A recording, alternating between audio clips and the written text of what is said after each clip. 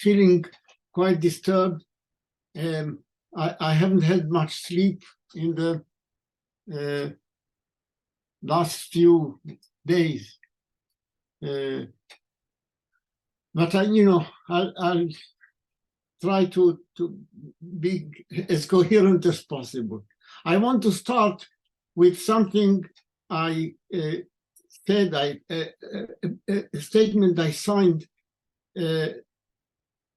56 years and a month exactly ago. It's a statement that was published in Haaretz on the 22nd of September 1976.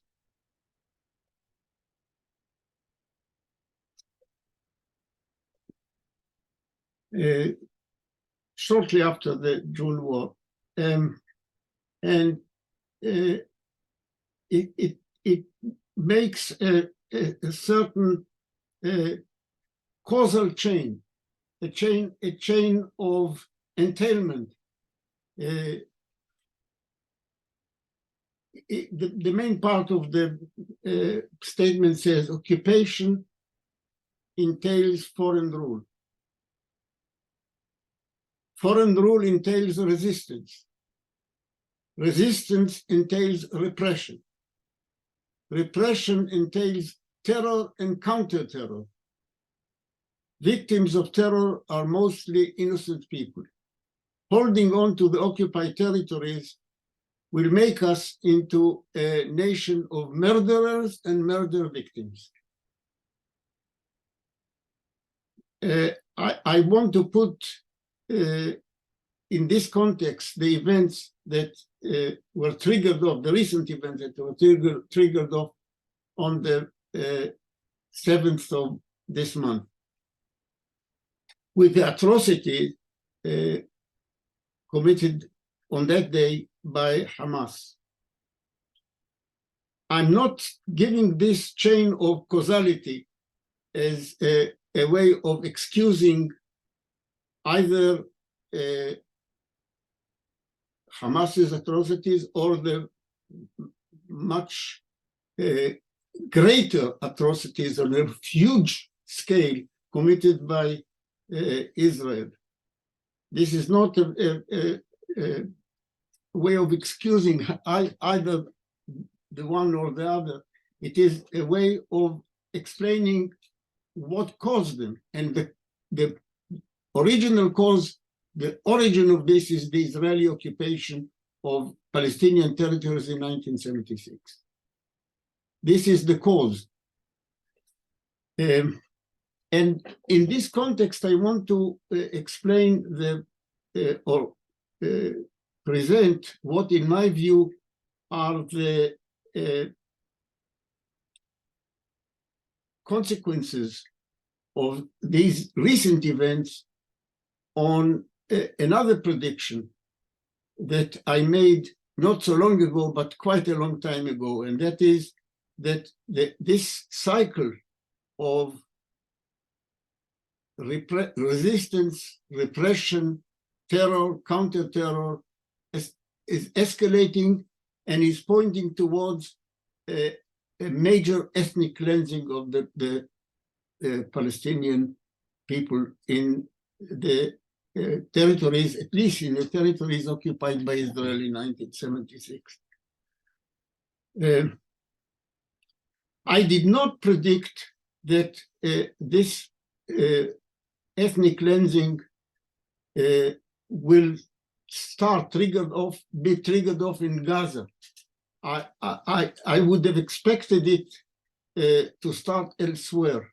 I did predict it, but not in Gaza, because on the face of it, the ethnic cleansing in Gaza is more problematic in the sense that where would the people be pushed off if they are still kept alive? And I didn't envisage a massive scale of actual death and extermination, which at this stage seems a possibility. But I thought it would be towards Jordan from the West Bank, where the feasibility of ethnic cleansing and expulsion of the population seems technically more feasible. The feasibility is, but so I didn't predict where it would start, but I did predict the process. Now, I'm not saying, and I don't imply that this, since I predicted it quite a long time ago, it is certainly not the case that the ethnic cleansing is caused by the assault by Hamas on Israel on the 7th of October. They didn't cause the process of ethnic cleansing.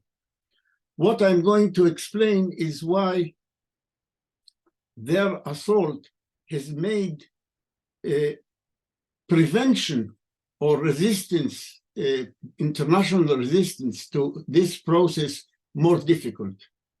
And in this sense, the atrocity committed by Hamas on the 7th of October is a calamity from the Palestinian point of view, from the slim chance of preventing ethnic cleansing. Let me be clear, what is taking place now is already ethnic cleansing.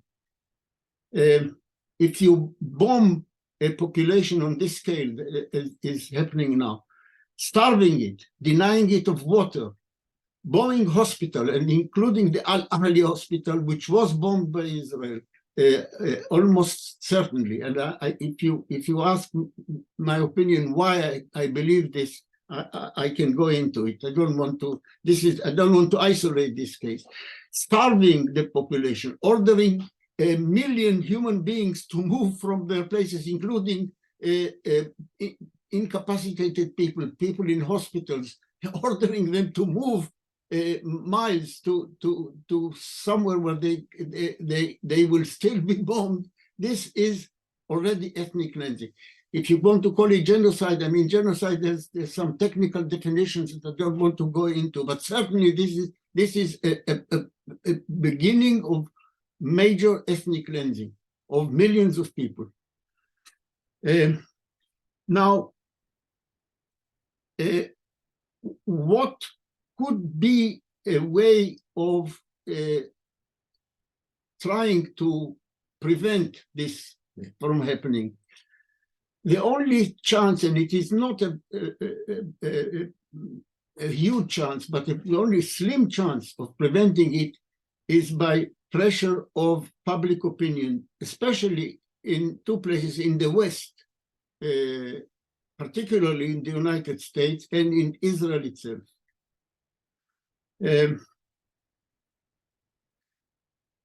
And what has taken place on the 7th of this month undermines this possibility for the simple reason that most people in the West, the ordinary people, as well as the, let us say, progressive or liberal-minded people in Israel, can see the atrocity of that was perpetrated on the 7th of October, but they don't see the cause of it. They don't realize the cause of it. I mean, I've started by this talk by presenting what, in my view, not just now, but what I predicted is going to be the causal chain of events. Most people don't see it in this way. Most people just get the news and see what the media report, and that is the actual events. Most people are not politically educated or enlightened to understand the causality of this, which is the Israeli occupation. That's the root cause, as I said long ago and kept saying since then. So because of this, the readiness and ability to try to protest and prevent, if possible, the ethnic cleansing is reduced. So this is a huge own goal that the Hamas scored against the Palestinian people. So I'm not making here a value judgment. Value judgment is in place, but and certainly atrocities should be condemned. But I mean, I'm talking about the political consequence, and the political consequence of this action is dire. If now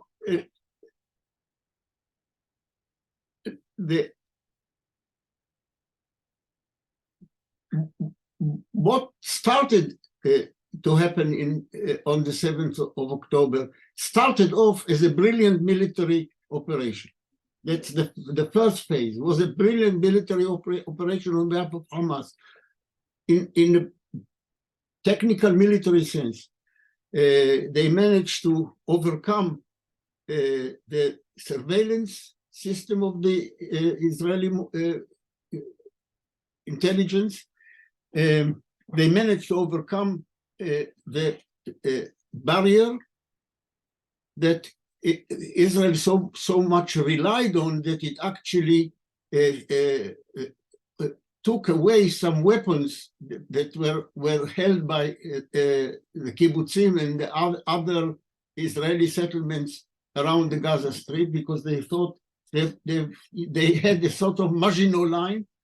So the Hamas was able to overcome this. They managed to kill Israeli military personnel, get hold of Israeli positions. This was a beginning of a successful story.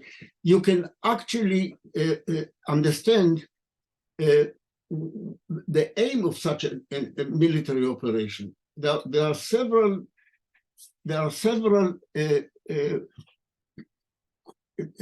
motivations, possible motivations for this. I don't want to enumerate all of them, but the conjuncture was the immediate conjuncture was a process of rapprochement between Israel and Saudi Arabia.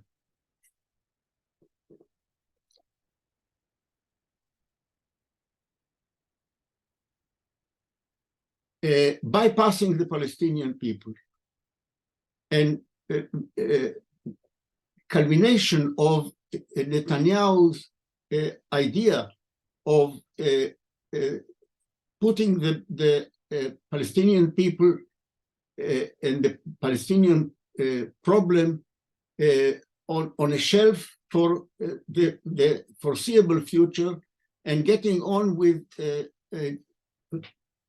improving and friendly relations with the Arab regimes. There were other immediate causes that explain this the choice of this military operation. But what came after it was a chain of atrocities, and I can't speculate on the motivation for these atrocities, but some people have speculated that what Hamas wanted to achieve, if it was actually a deliberate and thought out tactic, was to ignite a much wider conflagration of war in the region.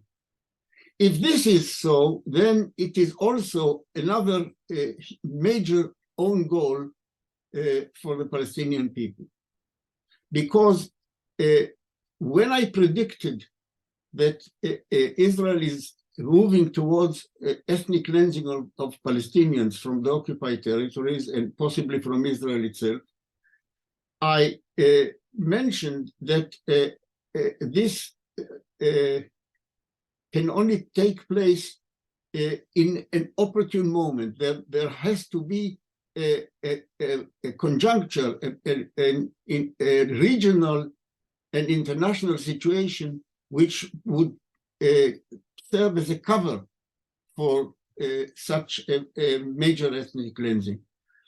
And in this context, I mentioned that a major regional war would be, from the point of view of the Zionist regime, an ideal opportunity for perpetrating ethnic cleansing. So if Hamas aimed at causing such a regional conflagration, and it wasn't just a blind actions of blind rage, then it actually has managed to engineer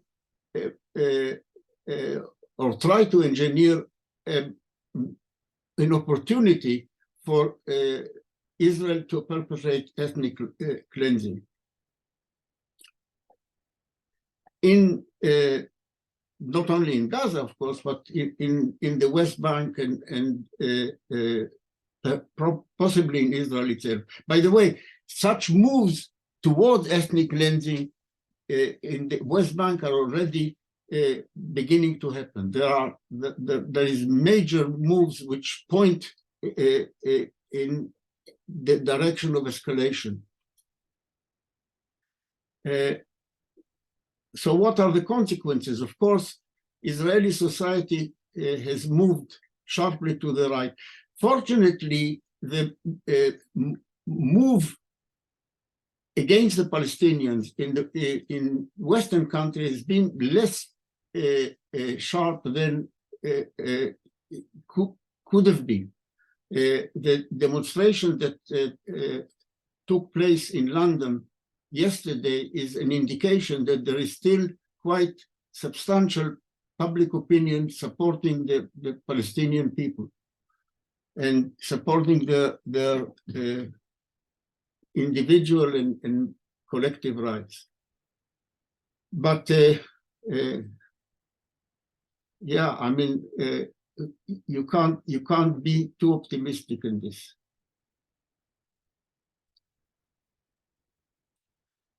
Now, of course, I want to add a couple of other remarks, and I'll stop there. I would like to leave a lot of time for discussion. First of all, if Hamas is a monster, it is a monster that has been fostered by Israel. Now, I want to make a remark regarding two articles that appeared in the current Weekly Worker. They both mentioned the well-known fact that Hamas originally in the 1980s was encouraged by Israel. That took place under the leadership of Ariel Sharon, who was then prime minister. The idea behind this encouragement of Hamas in the Gaza Strip was that it would undermine the PLO, and primarily Fatah, which was then the big terrorist organization according to the Israeli view.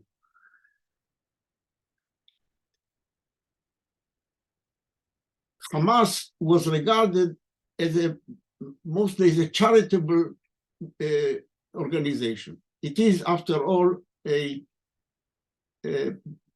offshoot of the Muslim Brothers based in Egypt. Remember that the Gaza Strip was under Egyptian rule until 1956, then briefly under Israeli rule following the Suez Campaign, and then again under Egyptian rule until 1976. sorry, 67. I'm confused. I said repeatedly 76. I meant 67. That was 56 years ago. Okay.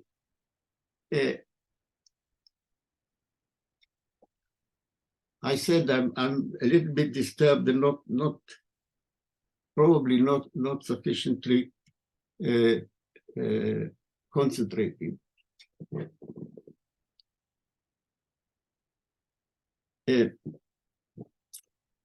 Okay, so this was regarded as a sort of a way of undermining the militancy of the Palestinians led by the PLO and particularly by Fatah, the biggest and most leading organization within the PLO coalition. But that was only then. Of course, the Israeli colonial regime didn't realize that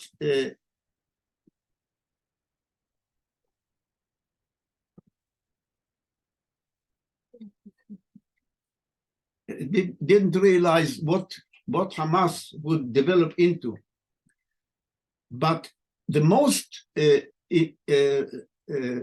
damaging from the viewpoint of the Israeli regime, the most damaging huge error that they made was under Netanyahu. Since 2009, and especially more recently, and this is not mentioned in the Weekly Worker articles that discuss Hamas, Hamas was actually fostered by Netanyahu. The crazy tactical idea behind this was in order to divide the Palestinian people, divide and rule, separate, allow Hamas to rule Gaza, and allow financial assistance to flow into Gaza and partly to the hands of Hamas from Qatar. There was a big flow of funds. This has been mentioned now, recently it has been mentioned in several articles in the press.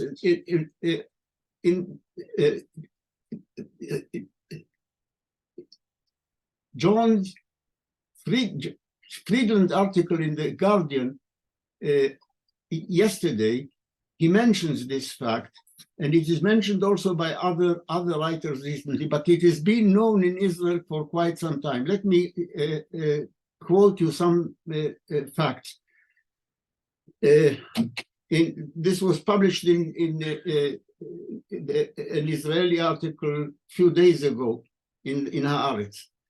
The Prime Minister himself spoke briefly at times about his position regarding Hamas.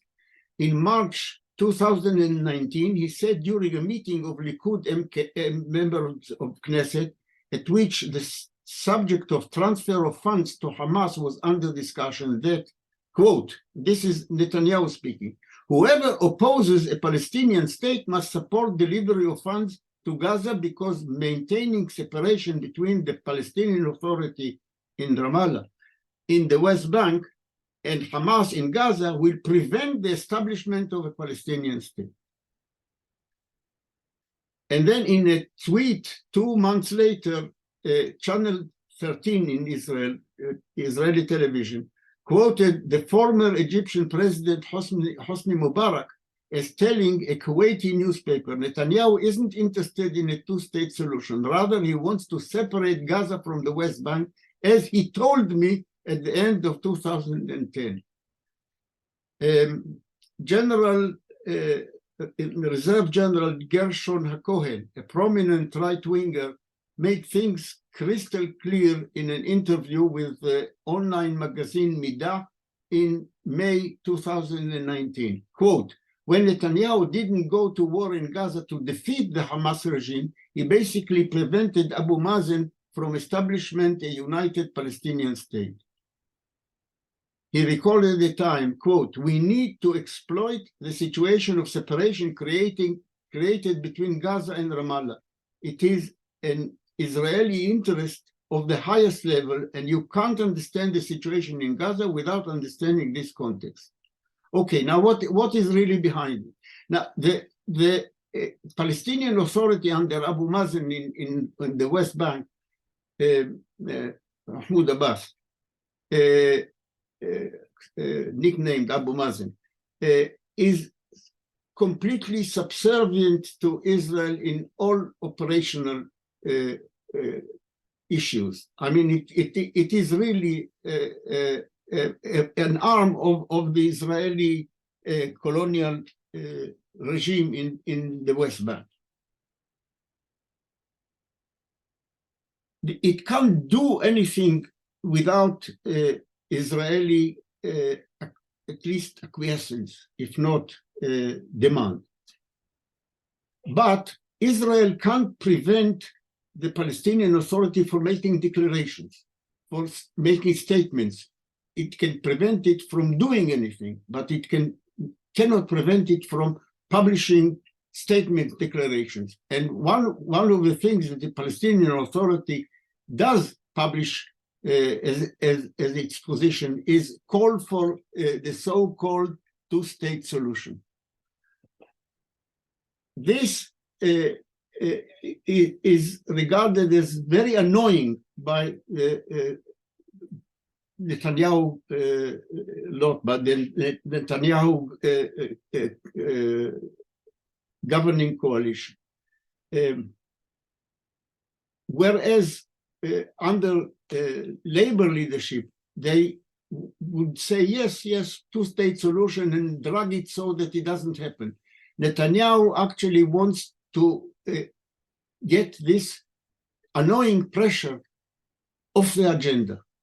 And for this, he was ready to foster Hamas, which he didn't regard as constituting any major danger to Israel, hence this crazy policy. So what we have here in the aftermath of the present events is not only a failure of Israeli intelligence, Israeli military preparation to react in time to this incursion by Hamas, but actually a completely failed, stupid policy of actually fostering Hamas in order to prevent unification of the Palestinian leadership and a pressure for a two-state solution, which would have been pointless anyway. I mean, the previous governments under Labour and their allies, and even under Olmert of the Likud, managed to avoid to undermine the possibility of a two-state solution, so-called, without actually going outright against it, without trying to get it off the agenda. They were happy for it to be discussed endlessly without any outcome. Okay, what are the prospects? Certainly, I began to say that the public opinion in Israel is moving sharply to the right. That doesn't mean that Netanyahu's regime, Netanyahu's coalition is secure. Quite the contrary. Now he's going to be under pressure from two sides. First of all, those that protested against as it were, the downfall of Israeli Jewish democracy over the months preceding the current events, are going to protest against Netanyahu for failing to prepare against such events, that major failure of the Israeli authorities. Of course, Netanyahu is going to blame this on the army and the intelligence. This is already started. He's trying to clear himself. It wasn't my fault. It was the Modi'in, the Israeli intelligence. It was the Israeli army high command that was not prepared. It wasn't my fault. But he can't avoid being accused of fostering Hamas, as it is now general knowledge, and it has been general knowledge, and it has been his own policy. This is politics, not a technical matter of intelligence or military preparation. It was a political decision on Netanyahu's part to keep Hamas alive and fairly well in control of Gaza, so as to divide and rule and to prevent any pressure at all internationally for the so-called two-state solution. Is the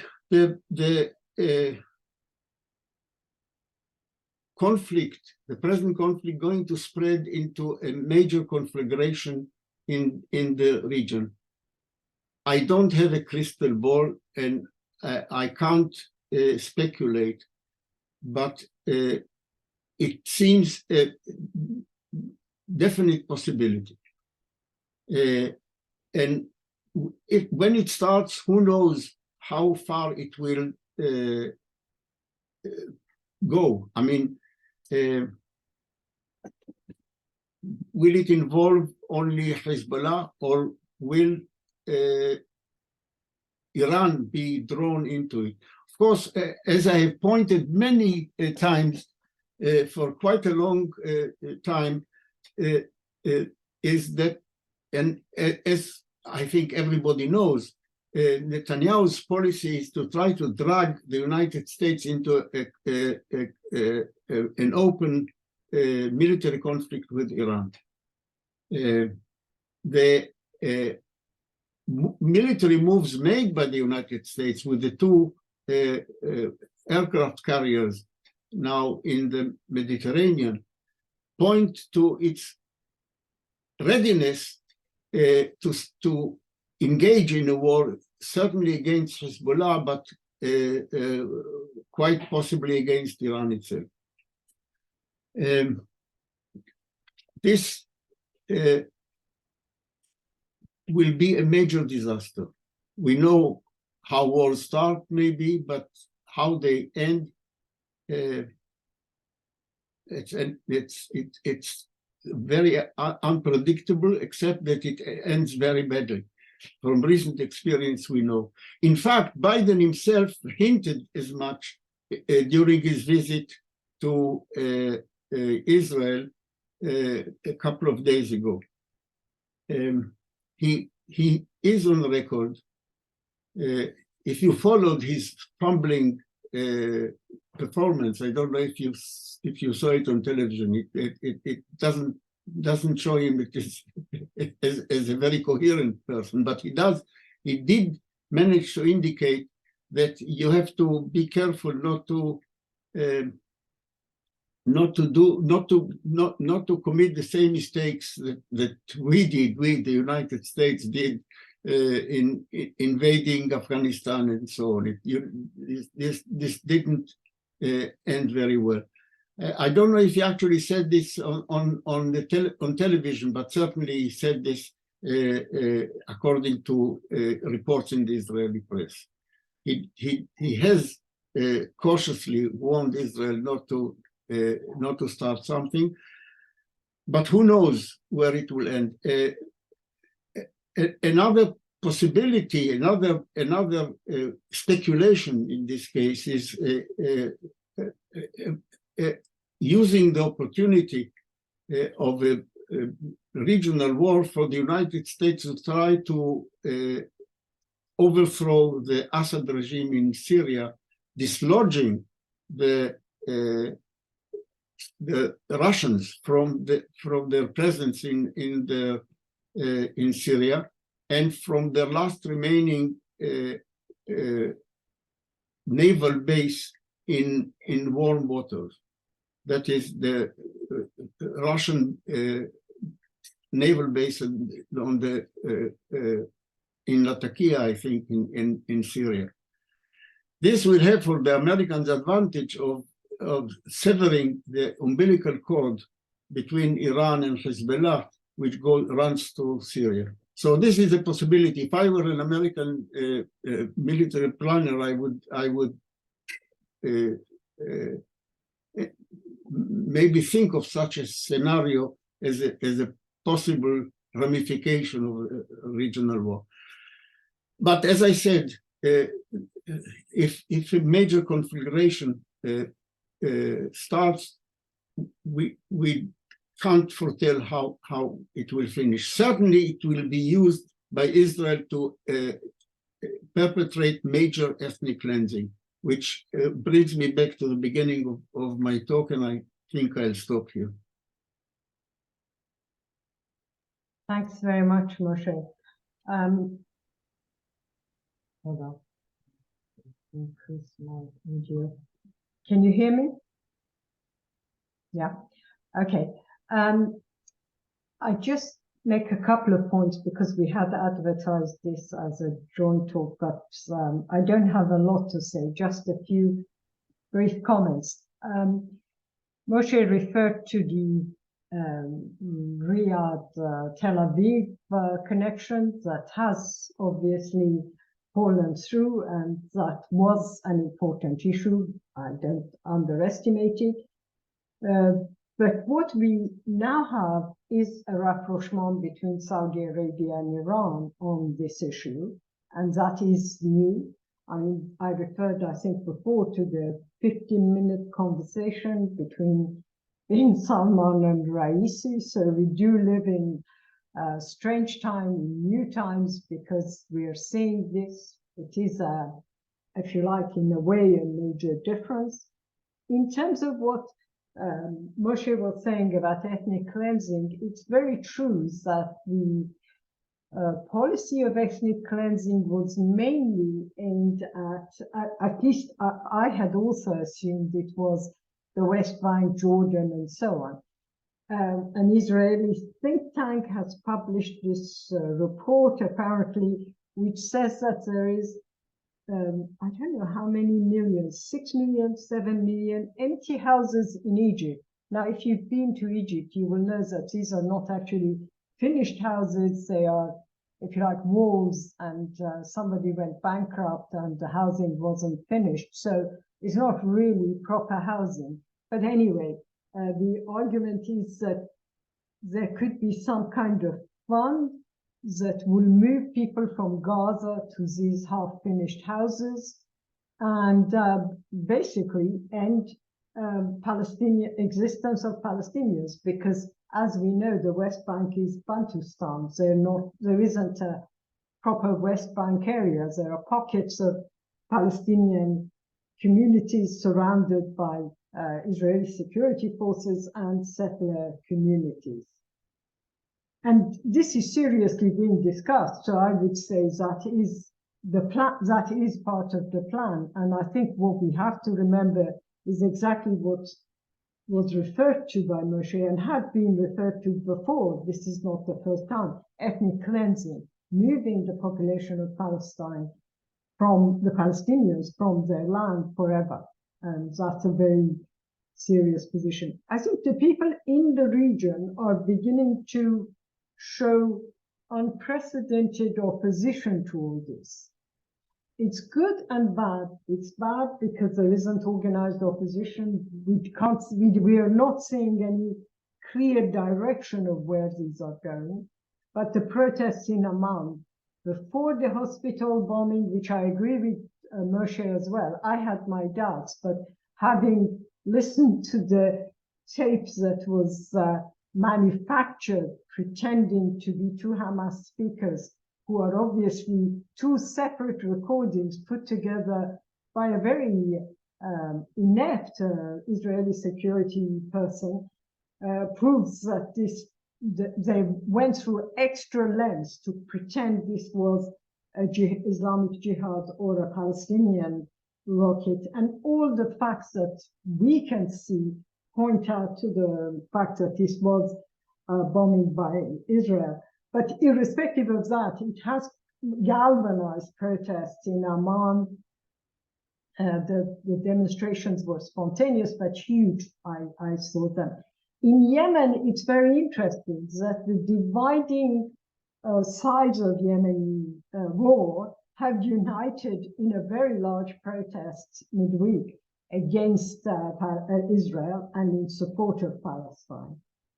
In Egypt, we have this bizarre situation where Sisi, who is seeking election, I understand there are presidential elections soon, Sisi tried to organize a pro-Palestinian demonstration. A lot of Egyptians called it a staged protest, refused to go to it, and those who did go to and went to another one in another square in Cairo. But even those who went to the Sisi demonstration managed to shout their own slogans, which were a return at times of the slogans of 2011. So I think we see how in some ways the predictable situation of the few months ago is changing. It's not changing in the way we want it, but it's certainly changing. It's not, it really is unpredictable what would happen. I would say that the Hashemi rule in Jordan is in serious danger, and I'm sure the Americans are aware of this. I think Sisi will have difficulties. I'm not saying because he has the army, he probably will survive, but he will face very serious difficulties.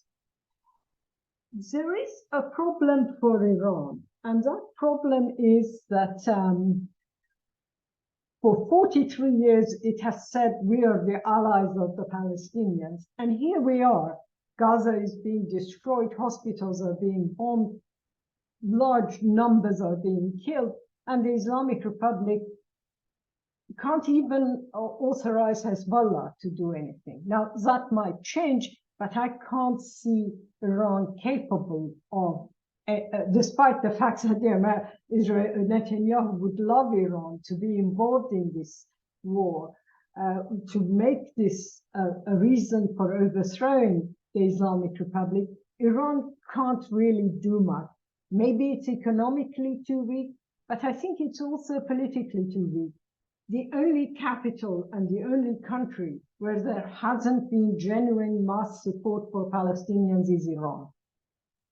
And I would blame the Islamic Republic for this, because if you keep giving rhetoric that is empty, if you keep shouting slogans that people don't believe, if you lose the support of your own population, then it's a bit like the shepherd who cried wolf too many times. I mean, people don't believe Iran. It's also that Israel and the United States have invested heavily in, if you like, brainwashing the Iranian population. And we must admit they have succeeded. Time and time again, I've written about how Israel pays for these 24/7 mass media organizations. This mass media, I haven't watched it in the last week or so, but apparently is constantly putting forward the Israeli and American view. And we are not seeing, I have not seen a single genuine protest in Iran. There is a very small protest organized by the government, but you could tell this was mainly immediately after the bombing of the hospital. And in a way, this is the disaster of one of the disasters of the region. It could be in Beirut, Hezbollah has been forced, I think, whether we'd like it or not, to have demonstrations. And I'm sure there are lots of Palestinians in Beirut, and there were mass protests. But we are not seeing Hezbollah taking such a position. So I'm doubtful as to what will happen. And I think here, the problem remains that these Arab states have sold out. They're not in a position to take a strong position. What they can't ignore is the fact that, if I'm not mistaken, and Moshé can correct me, but apparently now there are 28 million Palestinians globally. I mean, they live in different countries. Some live in Europe, some live in the US. But a very large part of that population lives in the Middle East. And the integration of that Palestinian population with the population of the Arab countries will make it impossible for the rulers of Jordan, the Persian Gulf states, even Saudi Arabia and Egypt, to sit back and witness this ethnic cleansing and do nothing. I mean, they could easily be overthrown if they don't do anything. So I think that is the only, if you like, light that you can see at the end of this terrible, terrible situation. I'm going to stop now. I'm going to stop the recording and restart it because we need to transcribe this. And then I will let, go ahead, Moshé. Yeah, I want to make a brief statement about this bombing of the Al-Ahli hospital. First of all, Israeli Hasbara has zero credibility. I mean, people in Israel who are not anti-Zionists and so on